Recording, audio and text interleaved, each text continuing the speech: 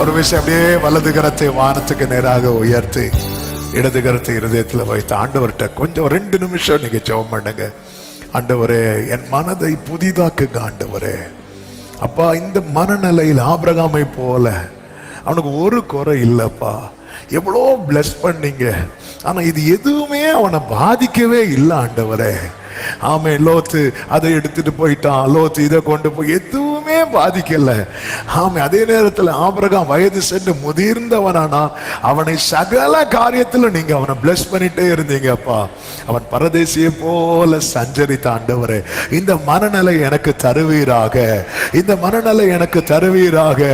இன்னைக்கு ஆண்டவரே, யூதாஸ் பேதுரு போன்ற ஆண்டவரே, யூதாசும் பேதுரு உமக்கு செய்ததை போல எங்களை சுத்தி இருக்கிறவங்க சில காரியங்கள் எங்களுக்கு செய்தது எங்களை மிகவும் பாதித்து ஆண்டவர் அவர்களோடு பேச முடியாம, மன்னிக்க முடியாம, இப்படிப்பட்ட நிலைக்கு எங்களை கொண்டு போகுதப்பா. இயேசுவின் நாமத்திலே ஜெபிக்கிறோம் தகப்பனே, இதுல ஒரு விடுதலை தருவீராக.